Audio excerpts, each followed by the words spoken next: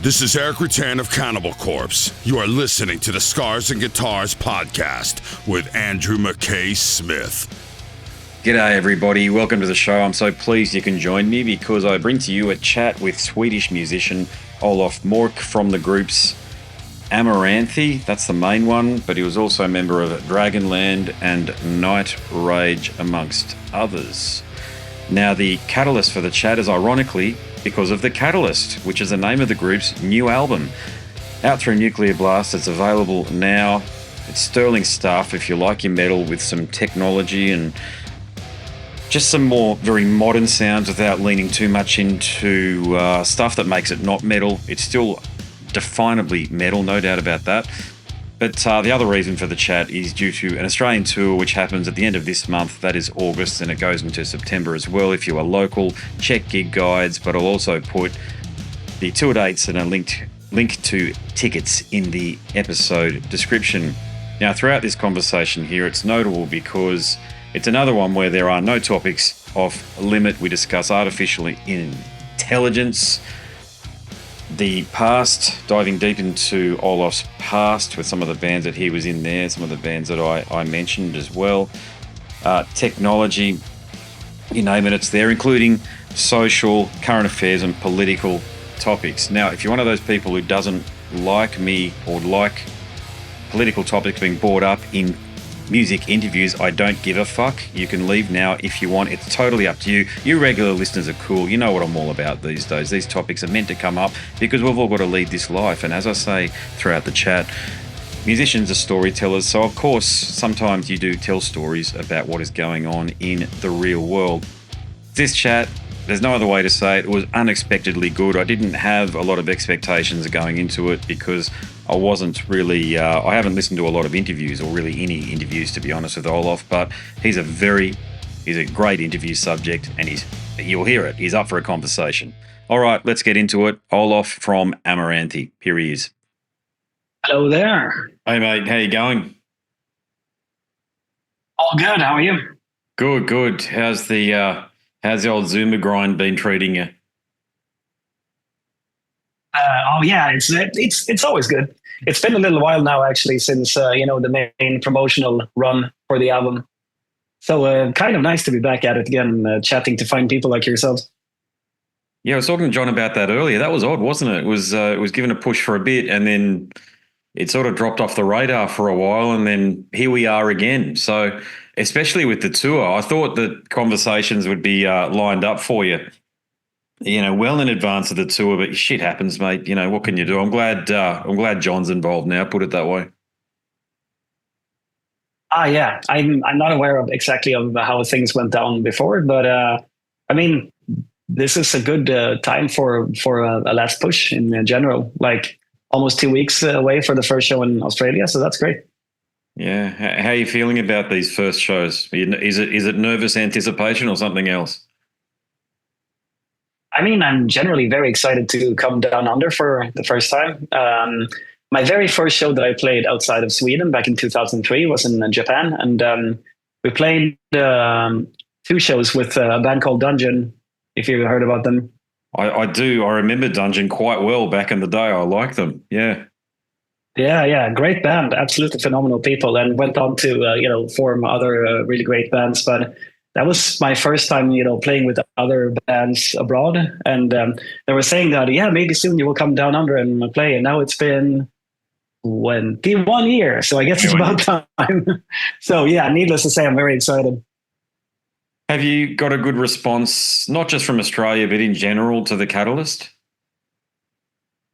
Yeah, it's been absolutely fantastic. It usually, traditionally in Amaranth history, there's always, I won't call it a mixed response, but some people, they have a good idea of exactly what they should expect and what they want to hear, which is not always, the direction that we want to go ourselves. But at this time, it was, since we were doing things a little bit differently and there's some new influences and some new elements that we wanted to put in there, I was expecting maybe a bigger backlash, but it's been very well received universally, both in terms of, streams and reviews and everything. You're talking about the addition of greater electronic and synth elements? No, I mean, yeah, partly we use them a little bit in a different way, but there's also symphonic elements, which we haven't really used nearly this extensively before. And there's also influences from different types of genres and even some stuff that we brought back from the early days. So there's a wide array of creativity in general for this one. It seems like you spent a lot more time on this album, actually, and it's not just because there's a 4-year gap between the Catalyst and Manifest, but did you? It sounds like it's got a lot more depth to it. To your point, it's got another dimension that it's not that the Manifest and Helix don't have elements of these extra dimensions, but there's just far more of it with the Catalyst. So did you take a lot more time, in other words, to get things right on this album? Yeah, I mean, there was more time to be creative, to take things new places that you didn't really expect, and to even try new things that you know that you can exclude if it's not going to work. And that was partly a very logical conclusion or consequence of the pandemic, since we weren't touring at all for the Manifest album. And initially, the original plan was to take a really long break. But, as the months are passing, 2-3 months, and after 4 months, you start to get incredibly bored with life. So already then, back in, let's say, early 2021, is when me and Elise started to sketch out ideas of what the album could hypothetically be. And I could see, because you might have an idea, like, let's say, an intellectual idea of where you think you want things to go. But once you actually sit down and start to flesh things out, then you realize that your subconscious or your creative side wants to take it in a different way. And usually, almost always, me and Elise are on exactly the same wavelength. So I could see that there was some really, just from the first things that we were writing in 2021, that it was going to be a really interesting album to work on. But but in terms of depth and such things, I mean, sometimes you want things to be really direct, and you don't want to add too many layers. And I think at this time we just wanted to flesh things out a little bit more. Hey, what's your view on the role of artificial intelligence in emerging music styles? I mean, I think it's an interesting conversation. I think people have a little bit of a tendency, because you can see it in both ways. On the one hand, I think that artificial intelligence in general, not only in music, is going to be a paradigm shift and a complete game changer in a lot of ways. But then on the other hand, I think things also have a tendency to stay more the same than they actually do change with these technological shifts. Obviously, it's going to be a problem for many professions. And I think to a certain extent, even in music, when you do music that is more for practical purposes, let's call it elevator music, or maybe music in the background to documentaries. However, I was curious to see how people were going to respond to it in the metal scene, and I am happy to say that they responded exactly as I predicted, because nobody wants that stuff with the rock music, with a few exceptions. So I think what you're going to see, I think, prompted music that is specially designed for you. I think that's really the wrong way to look at music.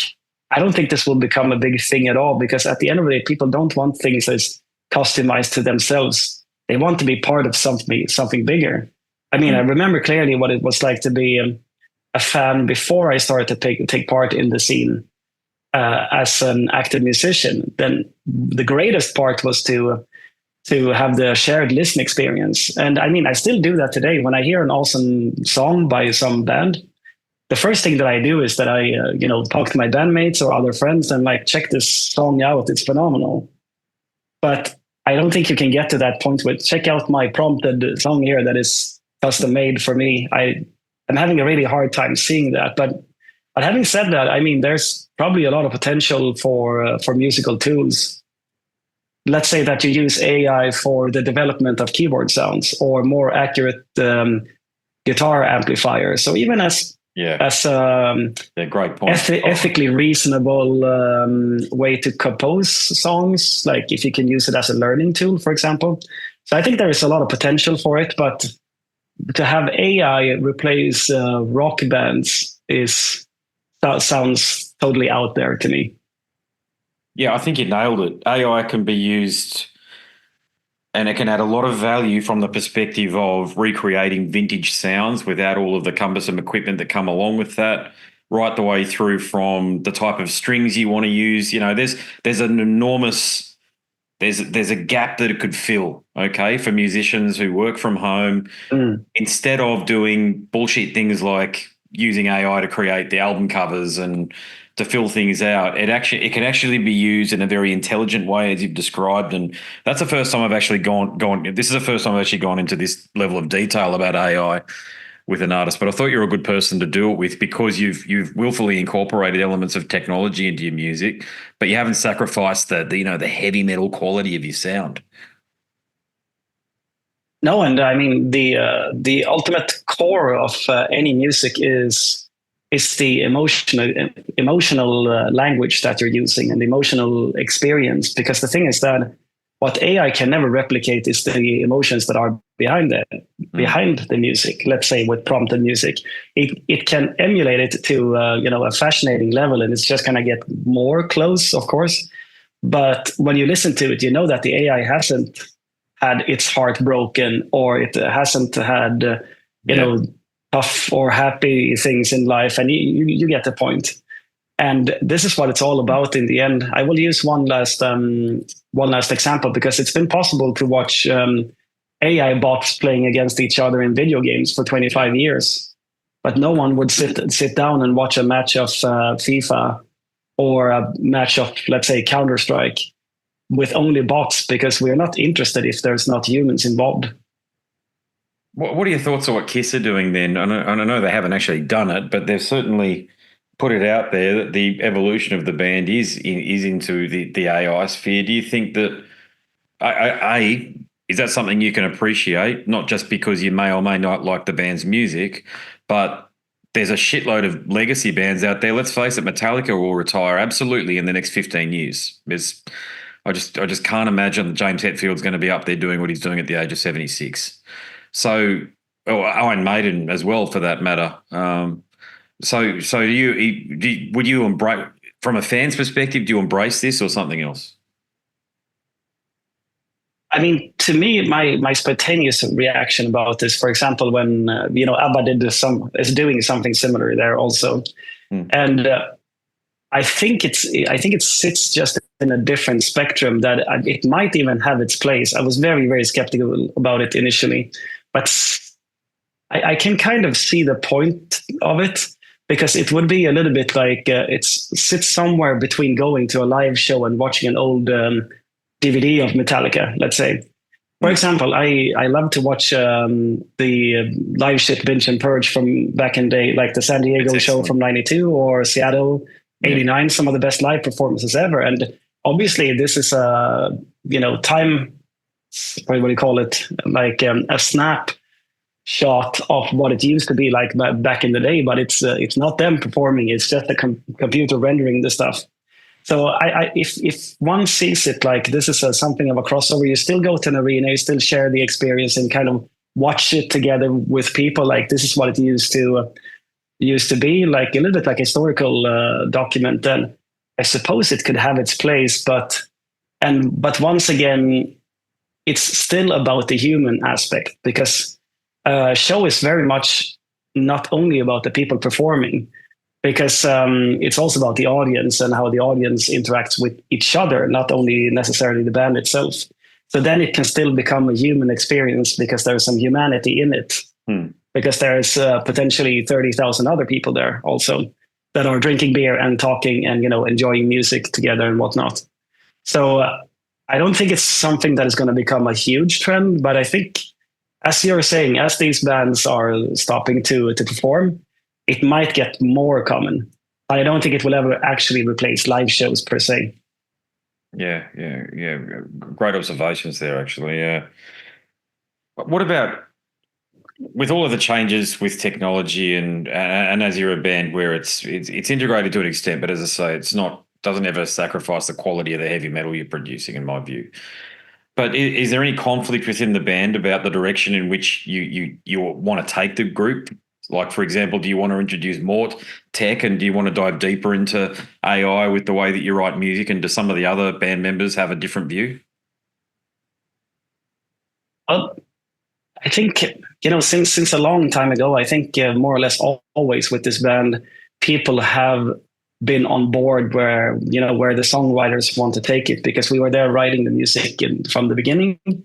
And if I guess it has happened maybe at some point, a decade ago or something like that people were a little bit like, are we sure that this is exactly what we want to do? But maybe they didn't know exactly what was going to sound like in the end. And sometimes with demos it can be a little bit hard to, because we do really sketchy demos, me and Elise, just to get a feel for what the song is. And sometimes when people hear it, it's like, yeah, isn't this a little bit too much keyboard? And I'm like, yeah, it's not going to be that much keyboard in the end, because it's not mixed yet, or the other way around.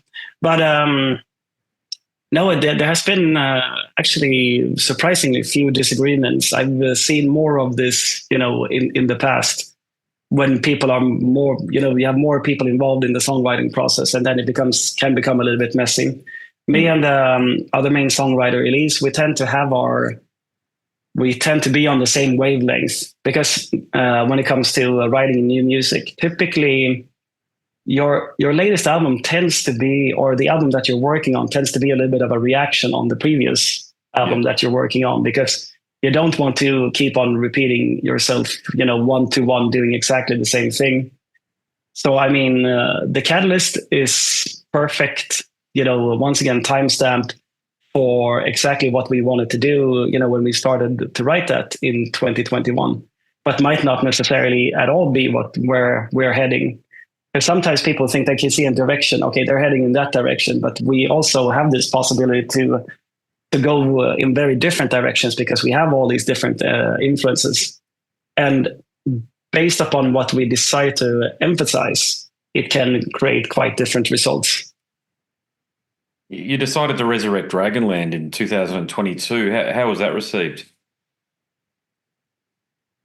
Yeah, that was really phenomenal. I mean, we obviously at that point hadn't released an album for 11 years, I believe it was. And I mean, it sucks a little bit to be a fan of a band and then they, stay away for 11 years. But I guess it's a lot better that we finally released something than just disappearing, altogether. Mm-hmm. And I think that there was some really great reception. I think it's a really fantastic album. And I think it really motivated all the other guys to, keep at it. So there's been a lot of activity in the Dragonland camp as of late. I can't really say anything more than that at this point, but I can say that people will not have to wait 11 years this time, much less. Gotcha. Well, what about when you look back? I think your first album, for example, I always frame things in this way for obvious reasons, but the first album that we in Australia could have heard you on was the Battle of the Ivory Plains. So was that your first recording experience, that one? Yes, it was actually. That was, I guess I was 17 back then or something like that, maybe 18. But it was a long time ago. And fact of the matter is that I listened to these albums just the other day for the first time in probably a decade at the very least. And they still have a certain charm. They're also very reflective of where we were, musically at that point. And it's kind of musically sits in a different era. It's so old that it's almost, I think in 2 years, it will be quarter of a century old. Yeah. So I think that's really cool also. Yeah, exactly. Yeah, we especially with the way your career's evolved, because Amaranthe and Dragonland are two very different bands. Would you have started out differently, or are you happy with the way that you started out with Dragonland? Are you proud of that early work?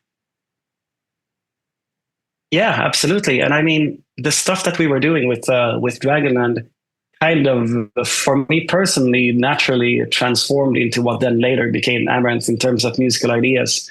Because the two first albums were very straightforward, classic power metal, which was exactly the intention also. And then already on the third album, Starfall, back in 2004, then we started to experiment with some more modern keyboards, some heavier, more downtuned guitars, and a little bit closer to the Gothenburg style melodic metal that we have over here. So I think that was the very first seed for me that then led into to Amaranth. So Amaranth couldn't have existed if it wasn't for the years that I had in Dragonland. So I learned so much from songwriting and to develop as a musician and so on. I didn't think you'd say that, meaning going from Dragonland into Amaranthe, because Night Rage would be the band that I thought the Gothenburg thing would be most prominent for you. So you did a couple of albums there. Are you planning on resurrecting that beast anytime? I mean, they have a very solid lineup now and they're really happy where they're at. And they also know why I had to step down back then. But it was a phenomenal time. It was a good run, 7 years, I believe. But most of the Gothenburg melodic death metal sound was, it kind of shaped me, in the middle of the 90s. Because I was just the right age when In Flames and Dark Tranquillity were, releasing their first few albums. And there were bands like that were playing every weekend here in Gothenburg. So it was a really exciting way to grow up as a fan, but also as a musician to see that there's all these very young bands that can have success. Like the first metal shows that I saw with At the Gates and In Flames and Dark Tranquillity was back in 95. Mm-hmm. So I was obviously very young at the time, like 13, 14 years old, but they were only 22, 23. So they were also super young considering the level of success they had. At the Gates with Slaughter of the Soul, they were 23 years old when they recorded it, which is crazy young compared to almost all bands today. So they were essentially showing that it was possible, to achieve a certain amount of success as a musician. It was at least a viable idea to put your time into, let's say. But then... So I played a lot of this music all the way up to when I recorded the first Dragonland album. So for me, it was only melodic death metal. And I wrote a bunch of songs in that style with an older band called Rapture that I never released any albums with. So that was always part of the DNA. And it was definitely there, for Amaranth in its inception as well, to add a little bit more of that back. Yeah, so I didn't realise the band was still going, actually. I know they're sort of disbanded, but God, they've had a lot of members, haven't they, come in and out of the group. It seems to be one of those bands that it's like 5 or 6 degrees of separation in the Swedish and extreme metal music scene if you've been in the band, including Bill Hudson was a session member for a period of time. Yeah, that's right. I almost forgot about that. Yeah, there's been a lot of different members there throughout the years, but... I just saw that recently the old drummer Fotis, who played on the second album, is back. So I think they kind of come a little bit full circle also in a way. They released a new album, I think, very recently. That sounds fantastic to me. Yeah, I'll check it out. Yeah, I haven't heard it. As I say, I certainly knew you were in the group, but there's so many bands around these days, as you're aware. It's unless you get given an opportunity to do this or they're released through Nuclear Blast, Sumerian, the big labels I'm talking about, it's very hard to sort of grasp onto what's going on. It tends to sort of hear and gone quickly. To give you an example, it'd be in the hundreds of new releases get sent to me every week. It's no exaggeration. It's because I'm connected to, all the people at the PR agencies and want you to do the interviews and do the album reviews, and you just can't do it all, to be quite honest with you. It's you got to be a bit selective in this game, but and that's a good point actually. That sounds like a lot of work, but it gives you a good idea of what's going on. But I agree. I mean, for me, it's a completely hopeless battle to try to keep track of everything that is happening. But every now and then, something peaks a little bit above the surface. That is really amazing. So there's also that. I'll say this, though. The rules haven't changed from when I was a young fella in the 90s, and I found out the hard way when I had next to no money and I took a punt on some underground bands, and they were absolutely shit. And then I thought, well, fuck this. I don't have any – back in the 90s, I had no money. Who did when you're, to your point, 15, 16, 17, 18, who does? And this is back before Napster and stuff, so for me, because I'm 46. So you'd go in and buy secondhand records, and if they were a dud or what have you, that was – back then, CDs even then were $15, $20 for secondhand ones. They still weren't cheap. And I learned. Yeah, exactly. My point is I learned to stick with the labels. So Music for Nations, Earache, Nuclear Blast, Spine Farm, Moonfog.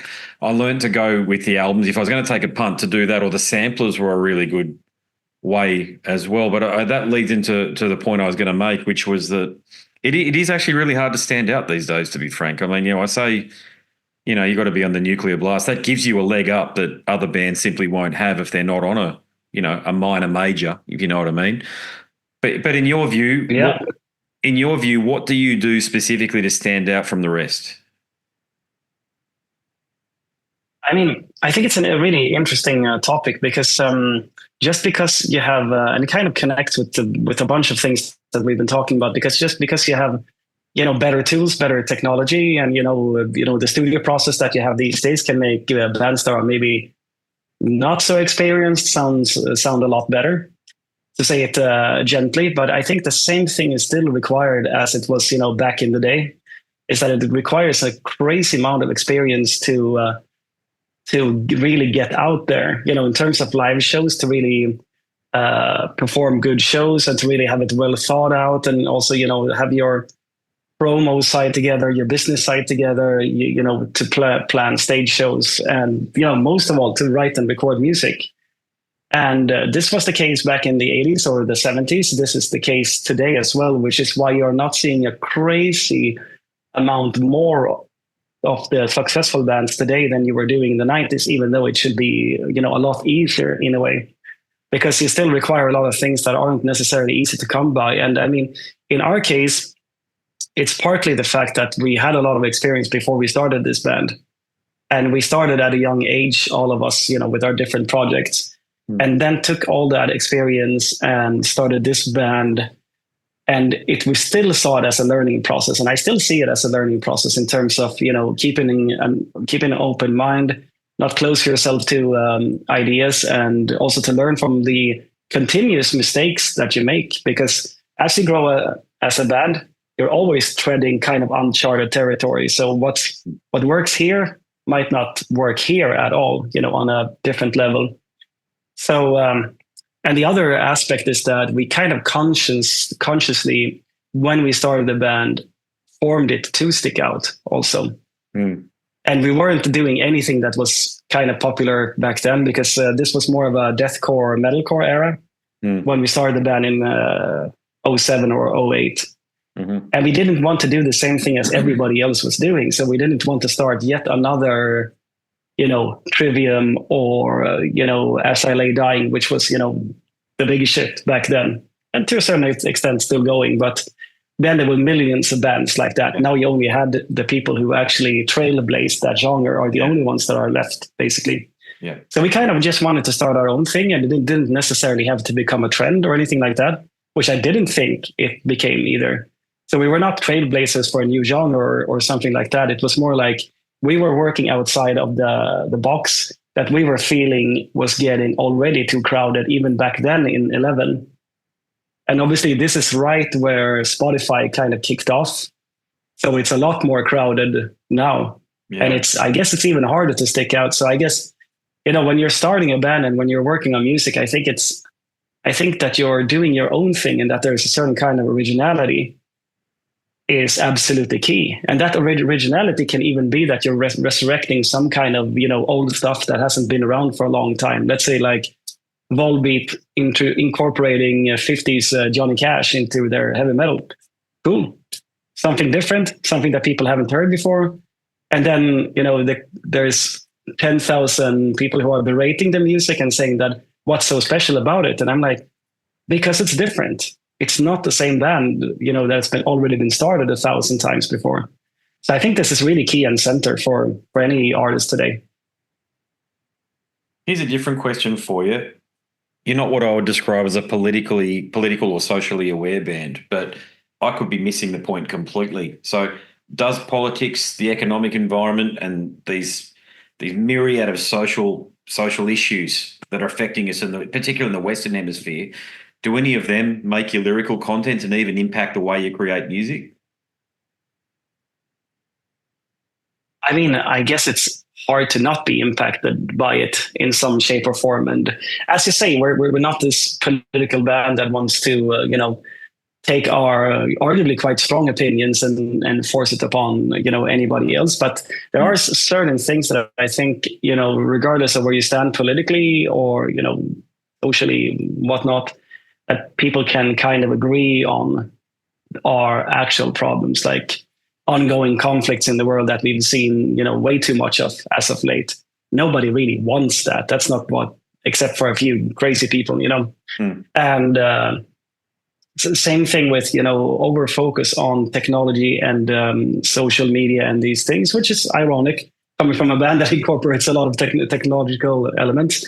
But I think we deal with a lot of these things that we feel are more universal and less divisive, because let's face the fact that the world is a lot more divisive than it used to be 15 years ago, for example. And we've seen this pop up, throughout history. Like, for example, how divided the US was, in the early 70s with the Vietnam War and these things. So, I mean, it's not the first time that it happens, but we're about the same age, and in our lifetime, it's been a lot less of this stuff than we've been seeing recently.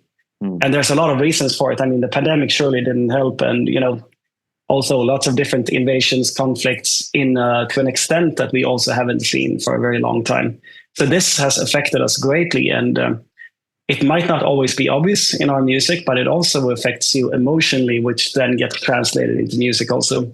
Yeah, good response. Yeah.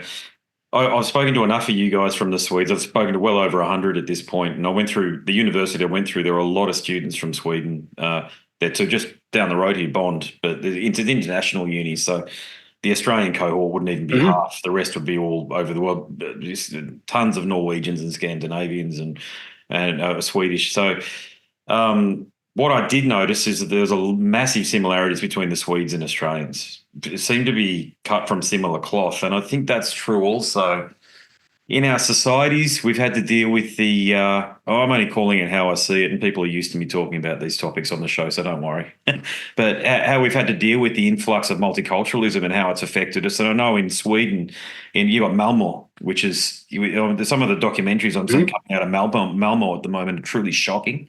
And Stockholm is a bit like Sydney. Western Sydney too is Jesus Christ, good luck, out that way. But yeah, I mean, it's impossible, to your point, for it not to have some sort of impact on us in the way, forget about music, just in the way in which we lead our lives, in which we want to raise children, and the way in which our tax dollars are spent, and the way they're siphoned off into these special interest groups and stuff. You've probably seen that moronic breakdancer from Australia in the Olympics. Have you seen the memes going around about her? Surely, yeah. I mean, you couldn't read it. I did see it. $90,000 of our public funds went toward a woman who couldn't break dance. Let's face it. I know nothing about break dancing yet. I saw the other competitors, then I saw her. So all these people with all of these social axes to grind. She's a so-called university professor at fucking Macquarie University in Sydney, and they do these bizarre dissertations and these papers about, how intersectional, patriarchy, whatever it might be, finish the sentence, it's all the isms, affect how females can break dance, and it's all bullshit, right? But here we are as musicians stuck in the centre of all of this stuff, having to make sense of it, because as musicians, and I count myself in this too because I am one too, we're storytellers. And as a podcaster, I feel it's my job also to bring exactly these topics as well. Yeah. Yeah, but I think this is it's a very interesting thing, because you've seen these developments tend to go in waves. It's a little bit like I said before with the songwriting and writing albums, and one era is a reaction to the other one, and to a certain extent, I think you might not always appreciate it when you're right in the middle of it, in terms of politics and stuff like that, but.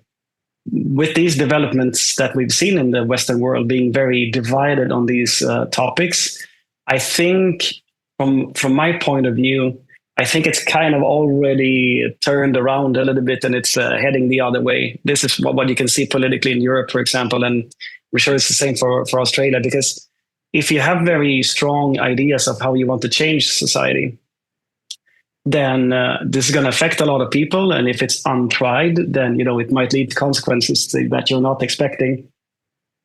And the thing is that there needs to be an open dialogue about it. If people have qualms with the way that society is developed, then people should be able to speak about it openly. And I think that's maybe the biggest problem that we've seen in the Western world in the last 10 years is there's been an idea that you should not speak about some of the issues and some of the problems that you mentioned.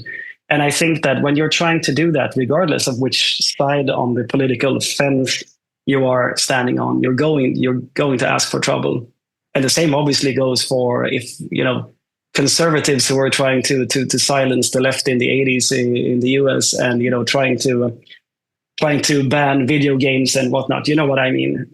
This is never going to work. It's only by open dialogue that you will reach not necessarily harmony, but if the let's say it frankly, if the left is not in an open conversation with the right, trying to get some kind of understanding of each other's standpoints, then you're going to have trouble. Like you saw just the other day in England, also, for example. Oh God, yeah. So I think that people are really, really tired of being silenced, and people are waking.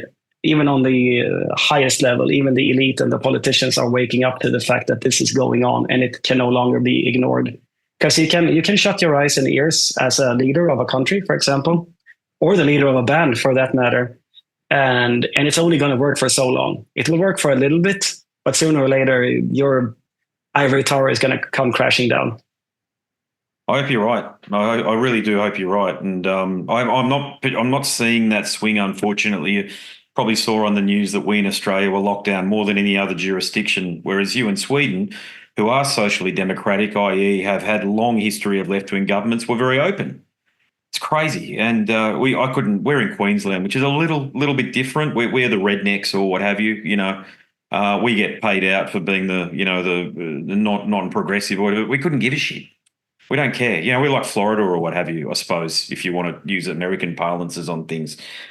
But I saw what was going. I still see, of course, we do what's going on right now in the UK, and it's an authoritarian creep from the left. And to your point, you're right. In the past, it has been on the right, but now it's the left that are taking these authoritarian tenets and applying them. For example, locking up people for Facebook comments, which is what I've seen go on in the past week in the UK. And when they start doing that, and to your very sound observation there, when you silence speech, you don't know what the outcome is going to be after that, because what we do know, courtesy of World War II, and when I say World War II, that era, okay, the rise of the communists through the Eastern Bloc, okay, and we saw what happened. Well, we know from history what happened in the Ukraine there, where people weren't allowed to eat if you picked up so much as a grain of whatever it was that you were harvesting and used that for your family, it was punishable by death.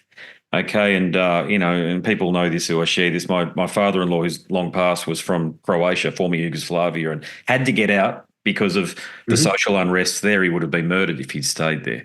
He used to tell me the stories about what it was like there, and just don't think people have lived through those tough times enough. Which is okay. We haven't had tough times for a long time, which is good, but unfortunately it leads to a lot of very soft people who are prepared to accept and put up with authoritarianism. And what we're seeing now is that apology for authoritarianism.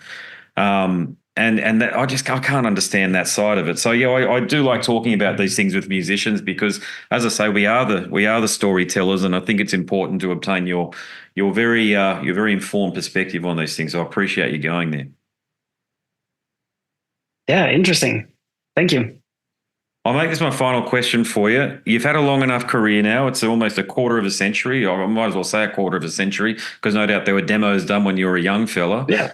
You've been doing this a long time, mate. So when's the book coming out?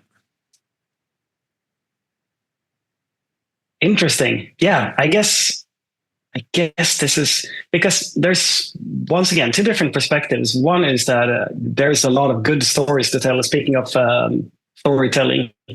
So, I mean, obviously throughout the years, I made little notes for whenever you have a great experience. And obviously social media, from a positive perspective, actually keeps a very good photo album of all your experience from, the last 15 years or so. So, I mean, there are good stories to tell. And the question is of when the right moment would be for this. Is it now? Is it in 10 years? Is it in 20? I will leave that up to not circumstance, but to the future, basically. But I mean, it's something that I would love to do in the future. I love to write in both prose, lyrics, and poetry and whatnot. So that would be a very cool story to tell someday, because there are really good ones. Yeah, I've just finished a book for a Norwegian black metal musician, and mate, the stories are what you consider ordinary and by the by are very interesting to people like me and a lot of the fans, because we don't tour and we haven't been on a bus for months and weeks on end or whatever it might be, and stuck at airports and seen the shenanigans you see go on and all the stuff that happens backstage and stuff. And I bet you've got plenty of stories to tell. So I hope you take that advantage of that opportunity when that does present itself. Absolutely, yeah. It's been ups and downs, and things have been everything but normal. Actually, one could express it like that. Well, thanks very much for the chat. Look, good luck with the Australian tour. I know it's selling well, and congratulations on the catalysts, and not just that, your career to date, but long may you continue to make excellent heavy metal well into the future. Well spoken, and thank you so much for taking the time. I know that you're a busy man and you have many interviews, so I appreciate it, and really interesting topics. So thank you so much for that. Thank you so much for participating, brother. Excellent. See you down here. Take care, bro. See you. Well, there you have it. I told you up front it was a good one, and I'm just grateful Olof was prepared to go there and have a genuine chat, a genuine conversation. Yes, I like those ones. They're my favourites. All right. There are many more conversations over at Scars and Guitars. Do check it out. Members of bands such as Testament, Emperor, Death, Morbid Angel, Cannibal Corpse, Cradle of Filth, Immortal. It's all over there. Yes, indeed it is. scarsandguitars.com. I also do a monthly music show, because you heard me talking about all of the new releases that I get sent, and I try to pick ones that are compelling, and it's not always easy. Sometimes I don't have enough time, so I can only listen to songs a little bit, and then I discover after I've posted the music show that I either really like a band because of the tune, or sometimes I think my expectations have not been met. But that's cool either way. That's what a music show is all about. It's about playing brand new music. New stuff. You make up your mind whether or not you like a legacy band's new material or a newer band's debut. Maybe it's their debut, and I do that quite a bit on the show. I also have a feature album. So, for example, in July it was Nocturnus AD's newie, Mike Browning, ex-Morbid Angel. Tremendous. All right, that's it from me. My name's Andrew Mackay Smith, and I'm the host of the show, Scars and Guitars. Until the next one, it's a goodbye for now.